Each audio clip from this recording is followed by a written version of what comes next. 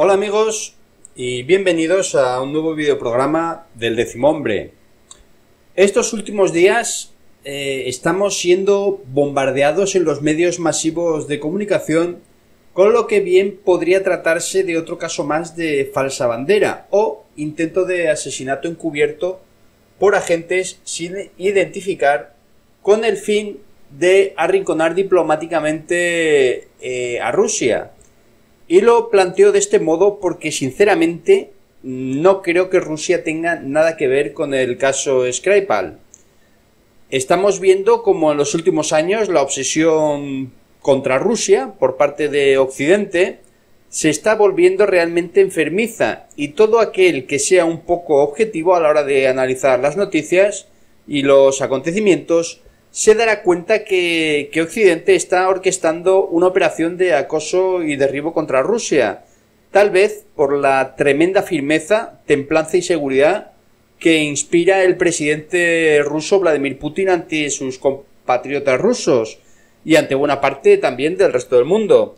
Sin duda, junto a China, representan un tándem notablemente peligroso para el monopolio de Occidente en la economía internacional, sobre todo a partir de la implementación en el mercado internacional del petroyuan, el cual podría terminar desencadenando una catástrofe económica, sobre todo para Estados Unidos, que no ha dudado en el pasado en invadir países que se desvincularon del dólar para sus transacciones, como puede ser, pudo como ejemplo Irak o Libia, o entre otros. Pero ¿qué es lo que sabemos oficialmente del caso Skripal? Pues la versión occidental, encabezada por Londres, es que los rusos, en represalia por la doble itinerancia del espía ruso, decidieron pues poner fin a sus días, y como daño colateral pues también afectando a su hija. Pero ¿qué es lo que sabemos de Sergei Skripal? Pues lo que sabemos es que es un ex coronel del ejército ruso de 66 años que está luchando por su vida en un hospital de Salisbury. Su hija parece ser que ya ha salido está fuera de peligro. Después de ser encontrado inconsciente en un centro comercial junto a su hija Yulia, este antiguo agente secreto ruso fue condenado a prisión por el Kremlin por entregar a los servicios secretos británicos del MI6 información confidencial sobre agentes rusos encubiertos en Europa. El FSB, la agencia de seguridad rusa, dijo que la información transmitida al MI6 por Skripal contenía secretos de Estado. Skripal era apodado el espía del bolso Louis Vuitton. Fue parte de los servicios de inteligencia militares de Rusia, la GRU, hasta 1999 y alcanzó el rango de coronel.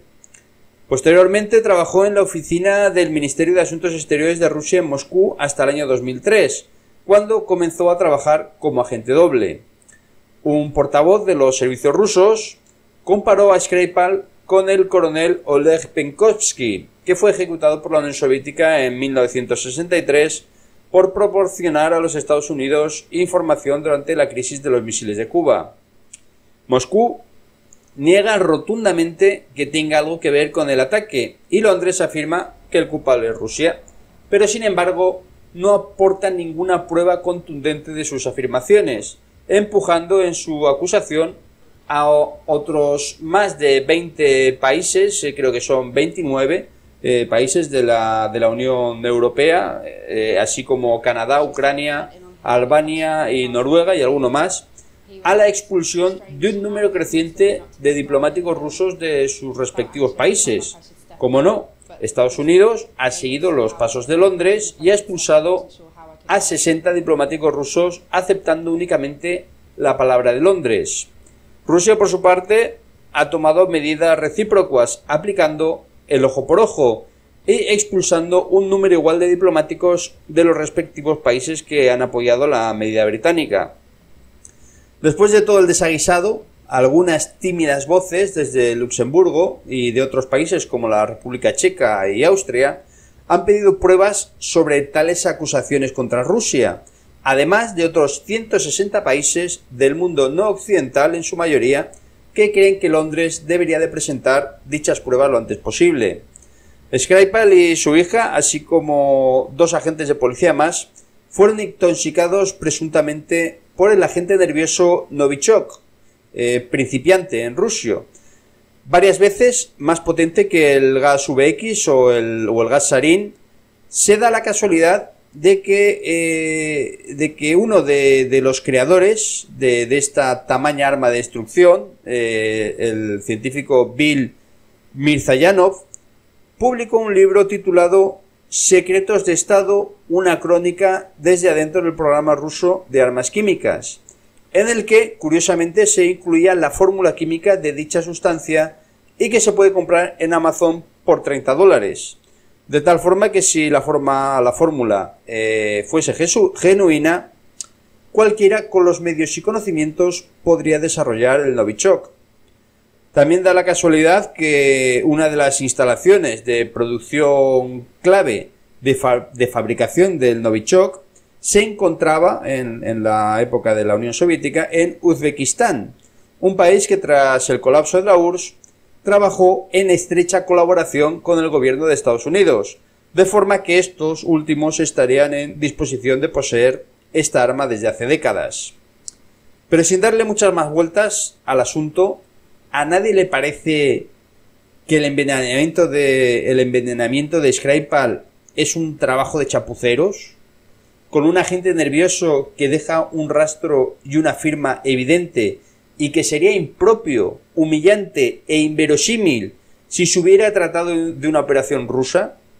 A los rusos se les puede tachar de muchas cosas, muchas de ellas falsas también, pero sobre todo en los últimos años de lo que no se les puede tachar, de los que no se les puede tratar, es de chapuceros, y lo han demostrado sobradamente en la guerra de Siria, en la que lo que no consiguieron revertir la supuesta alianza occidental contra el Estado Islámico en varios años, lo consiguieron las fuerzas rusas en solo pocos meses. ¿A nadie le parece eso extraño tampoco? Por otro lado, ¿qué interés tiene Rusia de eliminar a un sujeto de cuyos cargos fue condenado en el año 2006 a 13 años en una prisión de alta seguridad rusa, de los cuales no cumplió toda su condena al participar en un programa de intercambio de espías al más puro estilo del telón de acero? Esto fue en el año 2010. Una operación en la que 10 espías rusos encarcelados en Estados Unidos fueron canjeados por Skripal y otros 2 condenados por delitos de traición. Y si se diera el caso de que Rusia fuese el artífice de tal acción, ¿no habrían usado un método más limpio y que además pareciese un accidente? Creo que Londres o está faltando a la inteligencia humana o ellos mismos están carentes de ella.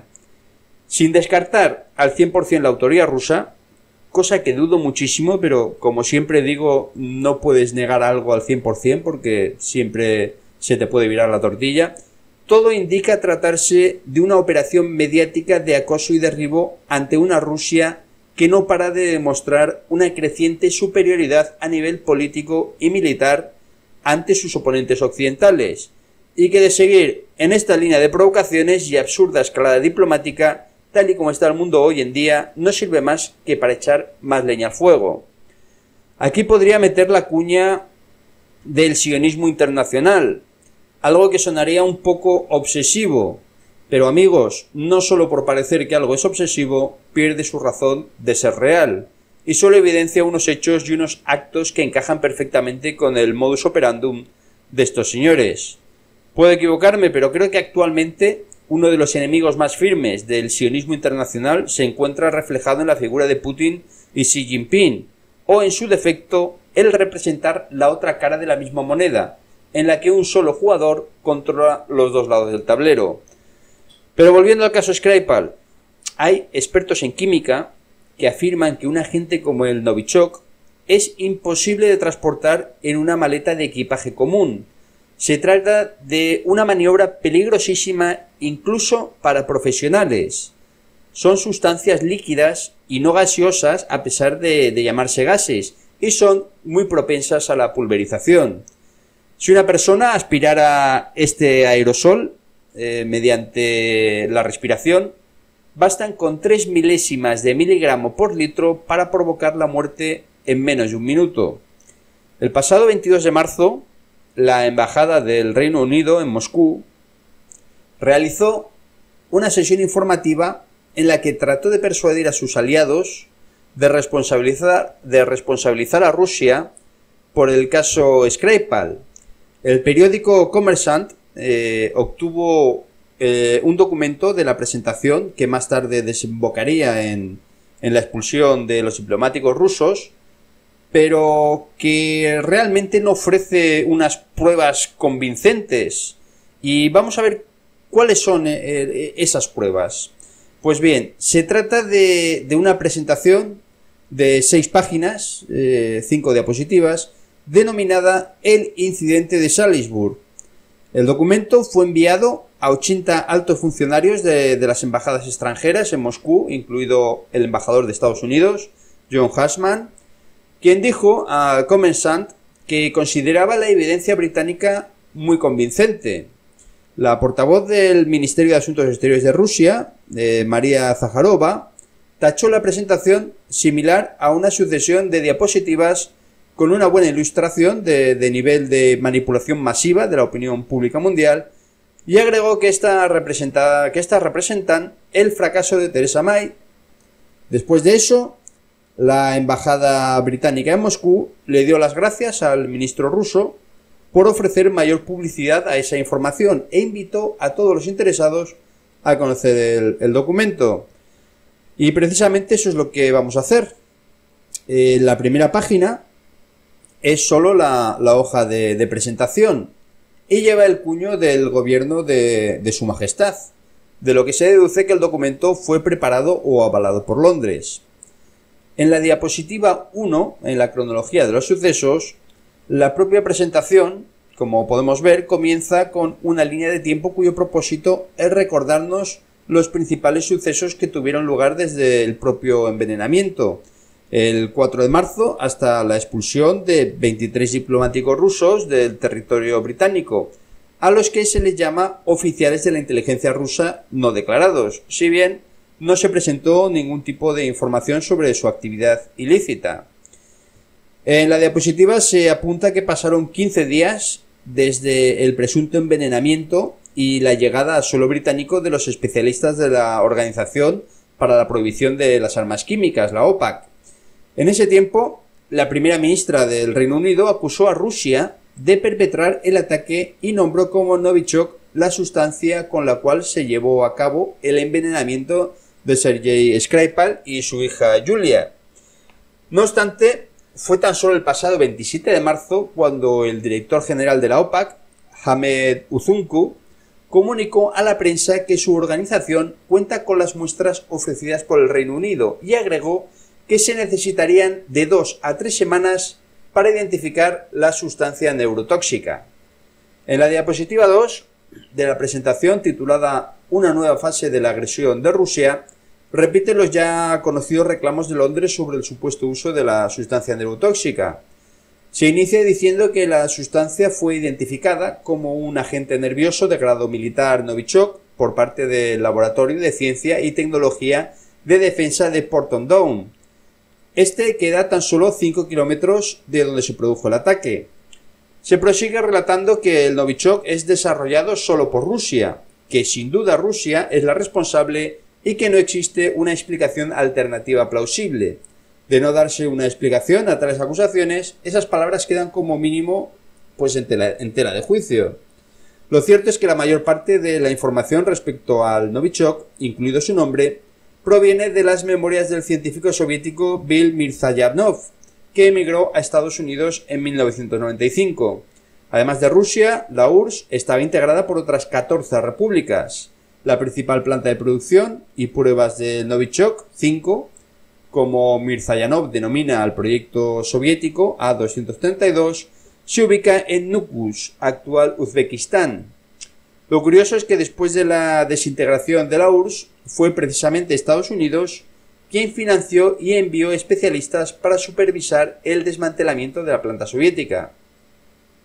El propio Bill Mirzayanov contó en una entrevista al servicio ruso de la BBC que Washington tendría todas las posibilidades para producir y utilizar esa sustancia. En otras palabras, sin revelar prueba alguna, se lanzan acusaciones que son puestas en duda por la propia persona de la que proviene la información sobre la existencia del arma. En la diapositiva 3, los efectos del Novichok resumen las consecuencias del ataque con la sustancia neurotóxica y se ofrece un gráfico sobre los daños que ésta causa al cuerpo humano. Además se enumera la cantidad de gente que estuvo implicada en el incidente, 3 personas, Sergei y Julia Skripal, más el oficial Nick Valley. También hubo otro policía después levemente afectado, que fueron hospitalizados. 51 personas fueron examinadas y 131 individuos podían haber estado potencialmente en contacto con la sustancia neurotóxica. 250 especialistas y 180 tropas militares se vieron envueltos en la investigación.